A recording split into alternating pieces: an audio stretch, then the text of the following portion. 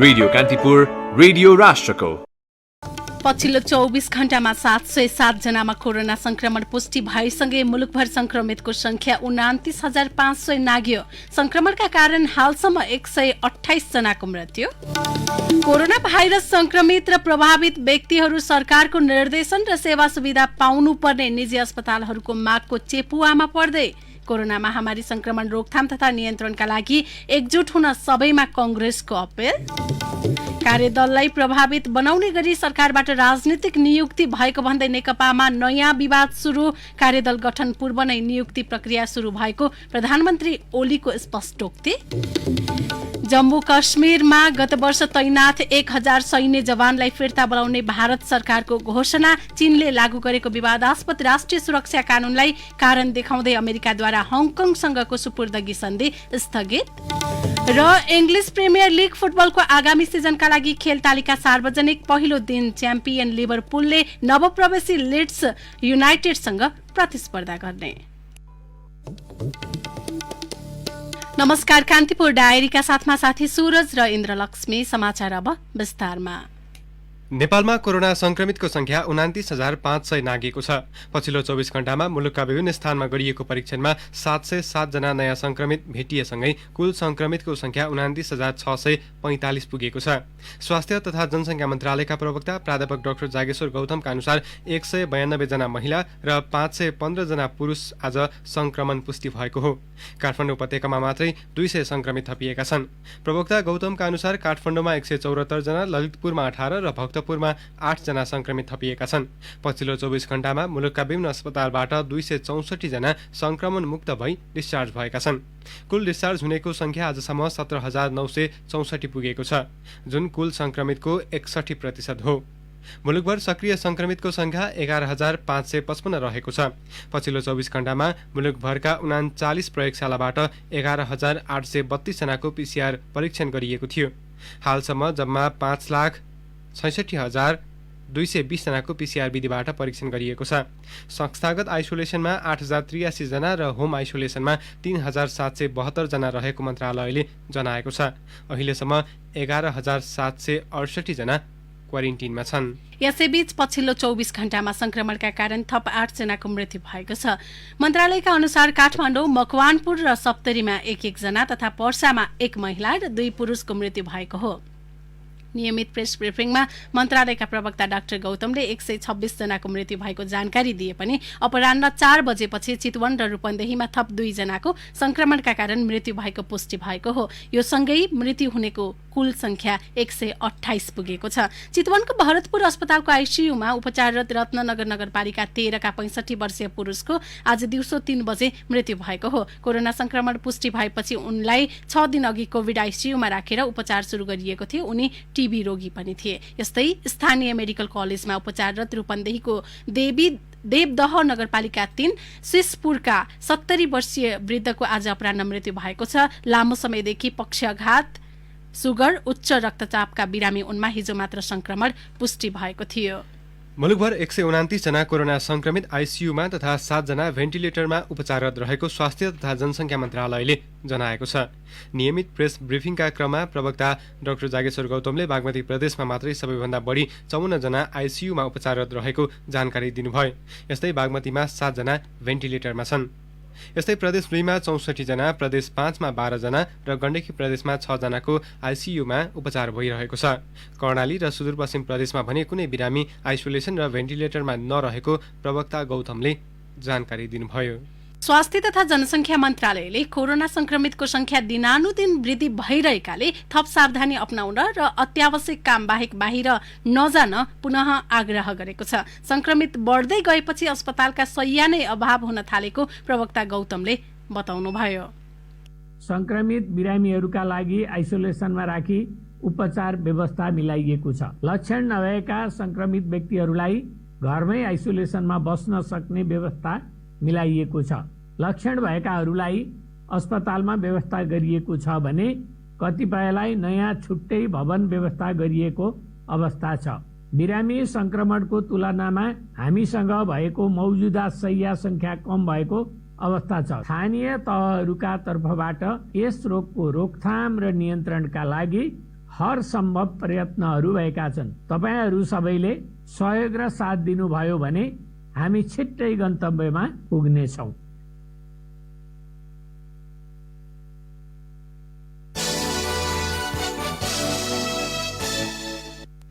अब कान्तिपुर सविस्तार। कान्तिपुर सविस्तार।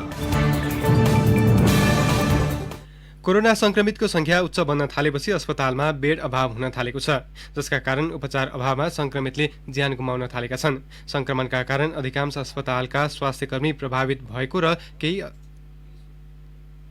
अस्पतालमा नै काम गर्न समस्या भएपछि कोरोनाको मात्र उपचार हुने गरी अस्पताल छुट्याउनु पर्ने बहस पनि छिडिएका छन्। महामारी सुरु भएको 7 महिना हुँदा समेत स्वास्थ्यकर्मीहरू भने सेवा सुविधाको माग गर्दै आन्दोलनमै छन्। तर सरकार भने अनुदान रकमको लोभ देखाएर अस्पताल र चिकित्सकहरूलाई सेवा दिन बाध्य पार्दैछन्। नेपालमा माघ 10 मा पहिलो पटक कोरोना संक्रमित पुष्टि भएता 7 महिनाको अवधिमा संक्रमितको संख्या 30,000 को हाराहारीमा पुगिसकेको छ। पछिल्लो समय काठमाडौँ उपत्यका सहित तराईका पर्सा, रौतहट, महोत्तरी, मोरङ कोरोनाको हट स्पट बन्दै गएको छ। यी स्थानमा दिनहुँ 100 बढी संक्रमित थपिन थालेका छन्। संक्रमण दर तीव्र हुन थालेपछि रोकथाम र नियन्त्रणका लागि सरकारले विभिन्न उपाय अपनाउन थालेको छ। रिफरल अस्पतालमा मात्र कोरोना संक्रमितको उपचार सम्भव नहुने भन्दै सरकारले निजी अस्पताललाई 20% बेड कोरोना संक्रमितका लागि व्यवस्था गर्न निर्देशन दिए पनि कतिपय अस्पतालले अटेर गरेको स्वास्थ्य तथा जनसंख्या मन्त्रालयले जनाएको छ। मन्त्रालयका सहप्रवक्ता समीर अधिकारी, राष्ट्रलाई गाह्रो परेको बेलामा हामीले अरू बेला जस्तो गरी मुनाफाको लागि स्वास्थ्य सेवा प्रवाह गर्ने होइन भन्ने गरी बुझेर राष्ट्र संकटमा भएको बेला हो भन्ने गरी अगाडि आउनुपर्ने बेलामा हामीले धेरै अनुरोध गर्दाखेरि पनि अलिकति दिन नखोजेको, अलिकति गर्न नखोजेको, अब त्यहाँ के छ आफ्नो उहाँहरूको बुझाइ फरक भएको हामीले पाएका छौँ। त्यो सबै कुराहरूलाई हेर्दाखेरि हामीले 20% गर्नुपर्छ भनेको। विश्वव्यापी बनेको कोरोना संक्रमणको उपचारका लागि सरकारले मुलुकभर 115 वटा फिभर क्लिनिकको व्यवस्था गरेको छ। यस्तै लेभल 1, 2 र 3 गरी मुलुकका विभिन्न अस्पताललाई कोभिड अस्पतालका रूपमा स्थापित गरेको छ। कोरोना संक्रमितको उपचार तीनै अस्पतालबाट गराउने व्यवस्था पनि गरेको छ। पछिल्लो समय संक्रमितको संख्या बढ्दै गएपछि अस्पतालमा उपचारका लागि आउनेका लागि बेडको व्यवस्था गर्न कठिनाई भइरहेको अस्पतालहरूले जनाएका छन्। काठमाडौँको महाराजगञ्ज स्थित त्रिवी शिक्षण अस्पतालका कार्यकारी निर्देशक प्राध्यापक डाक्टर रोहित पोखरेल, पोजिटिभ आउने बित्तिकै तुरुन्तै टिचिङतिर अथवा सरकारी अस्पताल पठाइहाल्ने, गइहाल्नुहोस् तपाईँ हामी गर्दैनौँ भनेर पठाउने प्रवृत्तिले पनि हामी धेरै मारमा परे हौँ। अस्पताल हो, बिरामी उपचार गर्न बसेका डाक्टर हौँ, नर्सेज हौँ, हामी त उपचार गर्छौँ नै। तर अब यसरी सरकारी अस्पतालमा बढी भार परेको कारण त्यो पनि हाम्रो हस्पिटलमा त हामी ओभरफ्लोडै भइसकेका छौँ। अहिले भ्याइने भ्याइ छ, हाम्रो बेडहरू हामीले अलोकेट गरेको बेडहरू पुगिरहेको छैन। कतिपय स्थानको अस्पतालमा कोरोना संक्रमितको उपचार गर्ने समेत व्यवस्था गर्दा स्थानीयले अन्य रोगका बिरामी प्रभावित हुने भन्दै तीव्र विरोध गर्दै आएका छन्। कतिपय निजी अस्पतालका सञ्चालकले केही सीमित अस्पताललाई मात्र कोरोना संक्रमितको उपचारका लागि छुट्याउनु पर्ने बताउँदै आएका छन्। निजी लगानीमा सञ्चालित ललितपुरको पुलचोक स्थित अल्का अस्पतालका अध्यक्ष कुमार थापा कोभिड र नन कोभिड बिरामीको उपचार छुट्टा छुट्टै हुनुपर्ने बताउनुहुन्छ। मन्त्रालयलाई भनिरहेको कुरा चाहिँ नन कोभिड र कोभिड एकै ठाउँ राख्नु हुँदैन भन्ने कुरा हो। नन कोभिड र कोभिड एकै ठाउँ राख्दाखेरि चाहिँ नन कोभिड पनि कोभिडमा परिवर्तन हुन्छ, संक्रमण हुन्छन्, त्यसमा भयावह स्थिति आउँछ भन्ने कुरा हो। अनि अरू स्वास्थ्य कर्मीहरू पनि त्यसै कारण संक्रमित हुन्छन्। भोलिको दिनमा नन कोभिडलाई उपचार गर्नको लागि पनि स्वास्थ्य कर्मीहरूको कमी हुन्छ, त्यो भयावह स्थिति आउँछ भन्न खोजेको हजुर। यही अनुपातमा संक्रमण दर बढ्दै गए मुलुकमा भएका अस्पतालको बेडले धन्नै नसक्ने अवस्था नआउला पनि भन्न सकिन्न। त्यसैले पनि अहिलेको अवस्थासँग घुलमिल हुँदै भइपरि आउने अवस्थाका लागि तयार हुन निजी अस्पताललाई 20% बेड छुट्याउन भनेको स्वास्थ्य तथा जनसंख्या मन्त्रालयका सहप्रवक्ता अधिकारी स्पष्ट पार्नुहुन्छ। स्वास्थ्य संस्थामा हुने स्वास्थ्य कर्मीहरू जुनसुकै तह र तबकाका भए पनि एनी टाइम जुनसुकै समयमा हामीले कोभिडको केस चाहिँ ह्यान्डल गर्नुपर्ने हुन्छ भनेर तयारी अवस्थामा रहेर काम गर्नुपर्छ भन्ने मानसिकता बनाउँदै जानको लागि पनि यो सबै तयारी गर्नु परेको छ। सरकारले अनुदानको ललिपप देखाउन छाडेको छैन भने निजी अस्पतालले छुट्टा छुट्टै उपचार हुनुपर्ने अडान राख्दै आएका छन्। कोरोना संक्रमितको उपचारका विषयमा पछिल्लो समय सरकार र निजी अस्पतालको जुहारी चल्दै आएको छ। निर्देशन पालना नगरेको हुँदै सरकारले बुधबारदेखि कतिपय निजी अस्पतालको PCR परीक्षण सेवा समेत रद्द गरेको छ। सरकार र अस्पतालहरू बीचको जुहारीमा सर्वसाधारण भने कहिलेसम्म घानमा पिसिने त सरकार। रेडियो कान्तिपुरका लागि पार्वता चौधरी। कान्तिपुर सविस्तार। कान्तिपुर डायरीमा अब ब्रेकको पालो। ब्रेकपछि अब बाँकी प्रसङ्ग। नेपाली कांग्रेसले लकडाउन र निषेधाज्ञा रक्षात्मक रणनीति मात्र भएको उल्लेख गर्दै कोरोना महामारी संक्रमण रोकथाम तथा नियन्त्रणका लागि एकजुट हुन सबैमा अपील गरेको छ। सरकारले पहिलो चरणमा गरेको लकडाउनका समय संक्रमण नियन्त्रणमा नआएको दृष्टान्त प्रस्तुत गर्दै कांग्रेसले कोरोना विरुद्धको संघर्षमा संयम, सशक्तता र एकताका लागि सरकार र समुदायमा अपील गरेको हो। प्रवक्ता विश्वप्रकाश शर्माद्वारा जारी विज्ञप्तिमा भनिएको छ, विगतमा गरिएका कमजोरी र गल्तीहरूबाट पाठ सिकेर युद्ध स्तरमा कार्य गर्ने स्थितिको विकास हाल जारी निषेधाज्ञाको समयमा गरियोस्। कांग्रेसले लकडाउन र निषेधाज्ञाको समयमा हुने भ्रष्टाचार, कालोबजारी र कृत्रिम अभावप्रति सरकारको ध्यानाकर्षण गराएको छ। प्रवक्ता शर्माले सरकारका जिम्मेवार व्यक्तिबाट आउने गरेका गैर जिम्मेवार पूर्ण अभिव्यक्तिले कोरोना महामारीको चरम संकट खेपिरहेका जनतामा थप आघात पुग्नेतर्फ सचेत गराउनु भएको छ। विज्ञप्तिमा भनिएको छ, निषेधाज्ञाको अबको चरणमा यी विषयलाई निषेध गरेर अघि बढ्ने इच्छा शक्ति र सामर्थ्य देशले खोजेको छ। यस्तै कांग्रेसले निषेधाज्ञाको समयमा बढी प्रभावित हुने क्षेत्र र समुदायबारे तत्काल आवश्यक निर्णय लिन पनि सरकारलाई सुझाएको छ।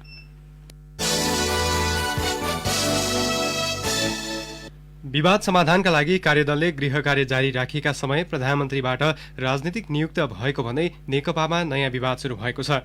कार्यशैलीलाई लिएर नेकपा शीर्ष नेतृत्वमा देखिएको किचलो समाधान उन्मुख रहेका बेला अध्यक्षद्वय केपी शर्मा ओली र पुष्पकमल दाहालबीच नियुक्तिको विषयमा विवाद देखिएको हो। नियुक्तिको निर्णय नसच्याए विवाद समाधान गर्न गठित कार्यदलले काम नै प्रभावित हुन सक्ने चेतावनी अध्यक्ष दाहालको छ। काठमाडौँको बालुवाटारमा प्रधानमन्त्री ओलीलाई आज भेटेर अध्यक्ष दाहालले पछिल्लो समय भएका राजनीतिक नियुक्तिको निर्णय तत्काल सच्याउन आग्रह गर्नुभएको थियो। विवाद समाधानका लागि महासचिव विष्णु पौडेल नेतृत्वमा गठित 6 सदस्यीय कार्यदलले गृह कार्य जारी राखेको सो प्रभावित हुने गरी कुनै पनि नियुक्ति वा निर्णय नगर्न प्रधानमन्त्री ओलीलाई अध्यक्ष दाहालको सुझाव थियो। जवाफमा प्रधानमन्त्री ओलीले कार्यदल गठन अघि नै प्रक्रियामा रहेका विषयहरूमाथि निर्णय गरिएको र कार्यदल गठनपछिको विषय नरहेको स्पष्ट पार्नुभएको स्रोतको भनाइ छ। सरकारले सोमबार मात्रै युवा तथा साना व्यवसाय स्वरोजगार कोषमा कल्याण रोका र प्रेस काउन्सिलको कार्यवाहक अध्यक्षमा दुर्गा भण्डारीलाई नियुक्त गर्ने निर्णय गरेको थियो। सरकारको सो निर्णयबारे वरिष्ठ नेता झलनाथ खनाल र माधव कुमार नेपाल तथा प्रवक्ता नारायण काजी श्रेष्ठले पनि असन्तुष्टि जनाउनु भएको थियो।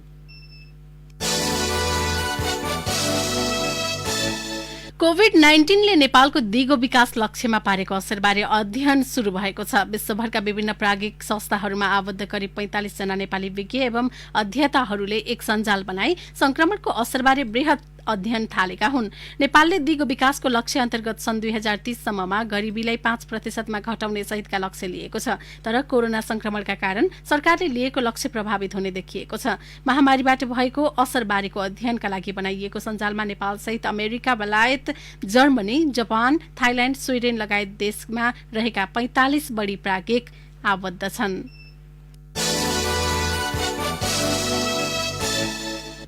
प्रदेश 1 सरकारले विराटनगरको कोशी अस्पतालको कोभिड-19 उपचार केन्द्रमा आजबाट आइसियू र भेन्टिलेटर सहितको सेवा सुरु गरेको छ।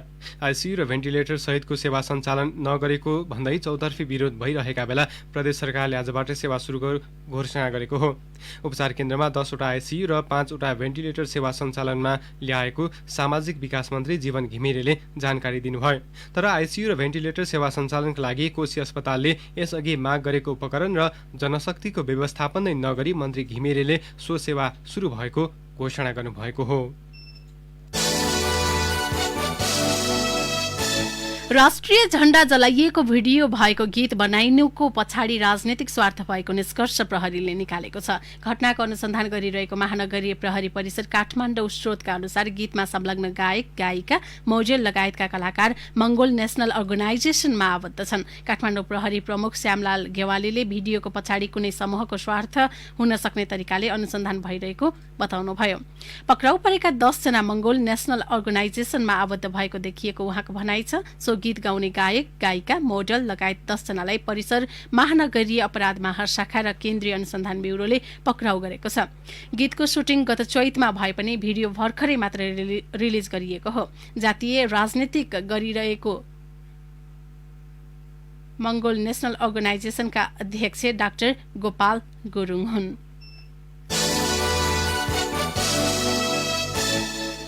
काठमाडौँ उपत्यकामा निषेधाज्ञा उल्लङ्घन गरी चलाएका 3000 भन्दा बढी सवारी साधन कारबाहीमा परेका छन्। ट्राफिक प्रहरीका अनुसार 2302 पाङ्ग्रे र 608 वटा 4 पाङ्ग्रे सवारी साधनलाई कारबाही गरिएको हो। महानगरीय प्रहरी कार्यालय रानीपोखरीका एसएसपी सुशील कुमार यादवका अनुसार अनावश्यक काममा निस्केका र 2000 भन्दा बढीलाई पहिलो चरणमा सम्झाएर घर पठाएको बताउनुभयो। काठमाडौँ उपत्यकाभर 7 दिनका लागि गए राति 12 बजेबाट निषेधाज्ञा लागू गरिएको छ। उपचार अभावमा कोरोना संक्रमितको मृत्यु भएको विषयमा उच्च अदालत विराटनगरले विपक्षीलाई छलफलका लागि बोलाएको छ। उपचार अभावमा संक्रमितको मृत्यु भएको भन्दै कोशी अस्पतालको कोभिड-19 उपचार केन्द्रलाई कारबाहीको माग गर्दै हिजो पीडित परिवारले उच्च अदालत विराटनगरमा रिट निवेदन दर्ता गरेका थिए। उच्च अदालत विराटनगरका मुख्य न्यायाधीश तिल प्रसाद श्रेष्ठको इजलासले आगामी सोमबार विपक्षीलाई छलफलका लागि उपस्थित हुन आदेश गरेको हो। महानगरीय अपराध महाशाखाले काठमाडौँ उपत्यकामा डकैती र लुटपाटको योजना बनाएका 3 जनालाई पक्राउ गरेको छ। उनीहरूले काठमाडौँ उपत्यकाका विभिन्न स्थानमा डकैती र लुटपाट गर्न धनुषामा बसेर योजना बनाएको पनि प्रहरीको दाबी छ। नुवाकोटका 27 वर्षीय विकेश पण्डित, 28 वर्षीय अमर सिंह तामाङ र सिन्धुलीका शम्भु कार्की धनुषाबाट पक्राउ परेपछि उनीहरूको योजना डकैती र लुटपाट रहेको खुलेको प्रहरीले जनाएको छ। काठमाडौँको माछापोखरीबाट पक्राउ परेका पण्डितको साथबाट प्रहरीले अमेरिकामा बनेको 2 थान पिस्टल, 2 थान म्यागजिन र 10 राउन्ड गोली समेत 10 राउन्ड गोली समेत बरामद गरेको छ। पण्डितको बयानका आधारमा महाशाखाको टोलीले नुवाकोटबाट तामाङलाई पक्राउ गरेको हो। पण्डितसँगको प्रारम्भिक सोधपुछका क्रममा पिस्टल ओसार पसार गराउन लगाउने तामाङ भएको बताइएको थियो। तामाङ डाँका मुद्दाका 6 वर्ष 2 महिना कैद भुक्तान गरेर गत फागुन दोस्रो साता छुटेका व्यक्ति भएको प्रहरीले जानकारी दिएको छ। पण्डित र तामाङको बयानपछि कार्की धनुषाबाट पक्राउ परेका हुन्। प्रहरीका अनुसार कार्की काठमाडौँमा तामाङको समूहलाई हतियार उपलब्ध गराउने मुख्य व्यक्ति पनि हुन्। महाशाखाका अनुसार कार्कीलाई काठमाडौँ ल्याउने तयारी भइरहेको छ। अब केही समाचार संक्षेपमा। नेपाल प्रहरीका 49 जना प्रहरी उपरीक्षक एसपी को सरुवा भएको छ। प्रहरी प्रधान कार्यालयले आज सूचना प्रकाशित गरी केही जिल्लाका प्रहरी प्रमुख सहित 49 जना एसपी को सरुवा गरेको हो। सिन्धुपाल्चोकको जुगल गाउँपालिका 2 लिदी स्थित लामा गाउँको पहिरोमा परि बेपत्ता भएका मध्ये आज थप 5 जना मृत भेटिएका छन्। यो सँगै लिदी पहिरोमा मृत्यु हुनेको संख्या 29 पुगेको छ। 10 जना अझै बेपत्ता छन्। काठमाडौँको जडीबुटीमा नाच 6 खब 29 17 नम्बरको ट्रकको ठक्करबाट पैदल यात्री सिन्धुपाल्चोकको इन्द्रावती गाउँपालिका 7 का 44 वर्षीय धनबहादुर कार्कीको आज दिउँसो मृत्यु भएको छ। नवलपरासी पूर्वको विनयी त्रिवेणी गाउँपालिकामा खोलाले बगाएर 45 वर्षका वसन्त सुनार र 40 वर्षका अर्जुन गुरुङ बेपत्ता भएका छन्। आइसोलेसन सेन्टरका लागि भवन अभावका कारण रूपन्देहीको तिलोत्तमा नगरपालिकालाई कोरोना संक्रमितको व्यवस्थापनमा समस्या भएको छ। र प्रतिबन्धित नेत्र विक्रम चन्द समूहका नेता उमा भुजेल र सुमन सिंह पौडेल पुनः पक्राउ परेका छन्। अभद्र व्यवहार कसुरमा अनुसन्धान गर्न उनीहरूलाई सुनसरीबाट पक्राउ गरिएको सप्तरी प्रहरीले जनाएको छ। कान्तिपुर डायरीमा पुनः ब्रेकको पालो। ब्रेकपछि अब आर्थिक प्रसंग। शेयर कारोबार हुने साताको अन्तिम दिन धितोपत्र बजारमा आज सामान्य सुधार देखिएको छ। बजार परिसूचक नेप्से आज 6.28 अङ्कले उकालो लागेर 1397.57 बिन्दुमा पुगेको छ। नेप्सेमा सुधार देखिए पनि कारोबार रकममा भने अघिल्लो दिनको तुलनामा 58 करोड रुपियाँले गिरावट आएको छ। हिजो 16 अङ्कले उकालो लागेको नेप्सेमा 97 करोड 62 लाख रुपियाँ बराबरको कारोबार भएको थियो। नेप्सेमा आज कारोबार भएका होटल र म्युचुअल फण्ड बाहेक बाँकी सबै कम्पनी समूहको उपसूचक उकालो लागेको छ। सबैभन्दा बढी जीवन बीमा कम्पनी समूहको उपसूचक 56.82 अङ्कले बढेको छ। नेप्सेमा आज कुल 182 कम्पनीका 8326 कारोबारबाट 12,14,514 किता शेयर किनबेच भए, जस अन्तर्गत 39 करोड 31 लाख रुपियाँ बराबरको कारोबार भएको नेपाल स्टक एक्सचेन्जले जनाएको छ। अब अन्तर्राष्ट्रिय प्रसङ्ग। भारत सरकारले प्रशासित जम्मू कश्मीरमा गत वर्ष तैनात 1000 सैन्य जवानलाई फिर्ता बोलाउने घोषणा गरेको छ।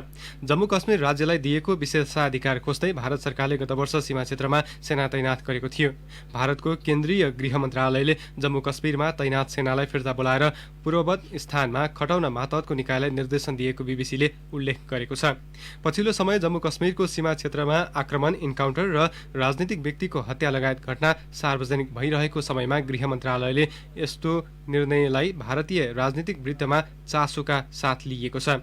गृह मन्त्रालयले नै यसमा अन्य केही प्रतिक्रिया दिएको छैन।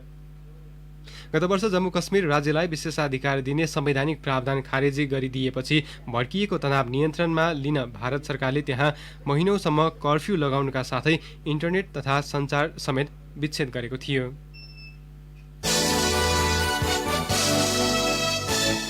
चीनले लागू गरेको विवादास्पद राष्ट्रिय सुरक्षा कानूनलाई कारण देखाउँदै अमेरिकाले हङकङसँगको सुपुर्दगी सन्धि स्थगित गरेको छ। अमेरिकाको विदेश मन्त्रालयले चीनद्वारा लागू गरिएको कानूनले हङकङको स्वतन्त्रता कुण्ठित गरेको भन्दै त्यसका कारण भविष्यमा सुरक्षा संवेदनशीलता समेत खतरामा पर्ने भन्दै सन्धि स्थगित गर्ने निर्णय गरेको जनाएको छ। चीनले हङकङका लागि ल्याएको राष्ट्रिय सुरक्षा कानूनले हङकङकै आधारभूत मान्यता समेतलाई उल्लङ्घन गरेको दावी गर्दै अमेरिका लगायत विश्व समुदायले नै चीनको यस कदमप्रति आपत्ति जनाउँदै आएका छन्।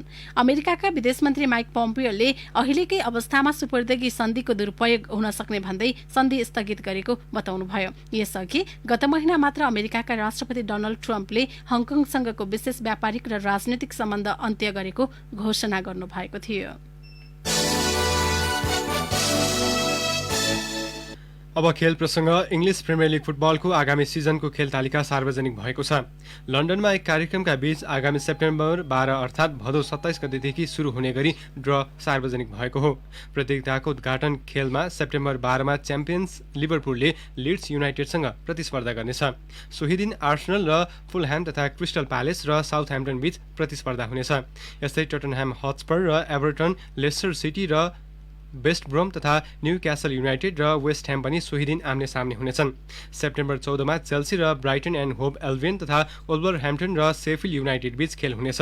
म्यानचेस्टर सिटी र एस्टन भिल्ला तथा म्यानचेस्टर युनाइटेड र बर्नली बीचको खेलको मिति भने तय हुन बाँकी छ। गत सिजन लिभरपुलले उपाधि जित्दा म्यानचेस्टर सिटी दोस्रो, म्यानचेस्टर युनाइटेड तेस्रो र चेल्सी चौथो स्थानमा थिए। लेस्टरले भने 5औं स्थानमा लिग 2 निकायको थियो। गत सिजन बर्नमाउथ, वाटफोर्ड र नर्विच रेलिगेसनमा पर्दा वेस्ट ब्रोम, लिड्स र फुलह्याम प्रिमियर लिगमा बढुवा भएका थिए। कोरोना महामारीका बीच गत सिजन साउन 11 गते सकिएको थियो। अन्त्यमा यस बुलेटिनका प्रमुख प्रसङ्ग फेरि एकपटक। कोरोना भाइरस संक्रमित र प्रभावित व्यक्तिहरू सरकारको निर्देशन र सेवा सुविधा पाउनुपर्ने निजी अस्पतालहरूको मागको चेपुवामा पर्दै कोरोना महामारी संक्रमण रोकथाम तथा नियन्त्रणका लागि एकजुट हुन सबैमा कांग्रेसको अपील। पछिल्लो 24 घण्टामा 707 जनामा कोरोना संक्रमण पुष्टि भएसँगै मुलुकभर संक्रमितको संख्या 29,500 नाग्यो। संक्रमणका कारण हालसम्म 128 जनाको मृत्यु। कार्यदललाई प्रभावित बनाउने गरी सरकारबाट राजनैतिक नियुक्ति भएको भन्दै नेकपामा नयाँ विवाद सुरु। कार्यदल गठन पूर्व नै नियुक्ति प्रक्रिया सुरु भएको प्रधानमन्त्री ओलीको स्पष्टोक्ति। जम्मू कश्मीरमा गत वर्ष तैनात 1000 सैन्य जवानलाई फिर्ता बोलाउने भारत सरकारको घोषणा। चीनले लागू गरेको विवादास्पद राष्ट्रिय कानूनलाई कारण देखाउँदै अमेरिकाद्वारा हङकङसँगको सुपुर्दगी सन्धि स्थगित। र इङ्ग्लिस प्रिमियर लिग फुटबलको आगामी सिजनका लागि खेल तालिका सार्वजनिक। पहिलो दिन च्याम्पियन लिभरपुलले नवप्रवेशी लिड्स युनाइटेडसँग प्रतिस्पर्धा गर्ने। हवस्, नै प्रसङ्गसँगै कान्तिपुर डायरीका आजका हाम्रा सम्पूर्ण बुलेटिन यही सकिन्छन्। भोलि बिहान 6:30 बजे हाम्रा नियमित बुलेटिनका साथ उपस्थित हुनेछौँ। तबसम्मलाई सुरज र इन्द्रलक्ष्मी विदा हुन्छौँ। नमस्कार, शुभरात्रि।